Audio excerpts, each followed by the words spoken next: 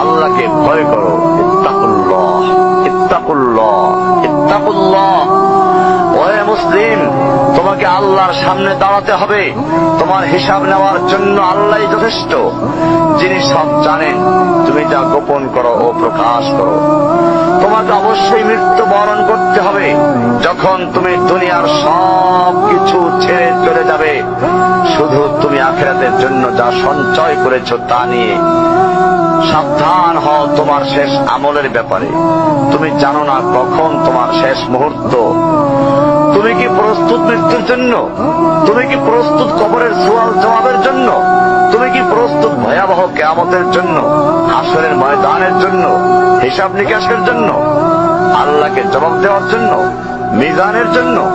তুমি কি প্রস্তুত চুলের চাইতে সূক্ষ্ম, তরবারির চাইতে ধারালো পুল সিরাতকে পাড়ি দেওয়ার জন্য?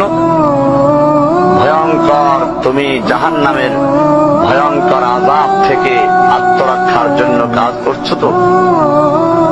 যার ইন্ধন মানুষ এবং পাথর, যার আগুন ভয়ঙ্কর উত্তাপ সম্পন্ন কালো বর্ণের, যা হৃদয় পর্যন্ত জ্বালিয়ে দেবে, এমন উত্তপ্ত পানি যা নাড়ি ভুঁড়িকে বের করে দিবে।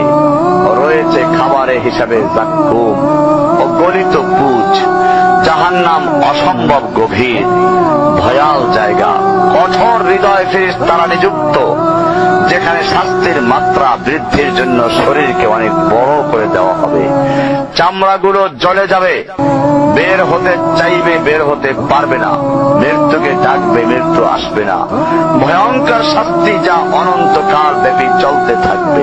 আসসালামু আলাইকুম গাইস, ভিডিওটা বানাতে আমার অনেক কষ্ট হয়েছে। তো আশা করি ভিডিওটা ভালো লাগলে অবশ্যই লাইক করে দিবেন, ধন্যবাদ। আর অবশ্যই ইউটিউব চ্যানেলে আপনারা দেখলে অবশ্যই সাবস্ক্রাইব করে দিবেন, ধন্যবাদ।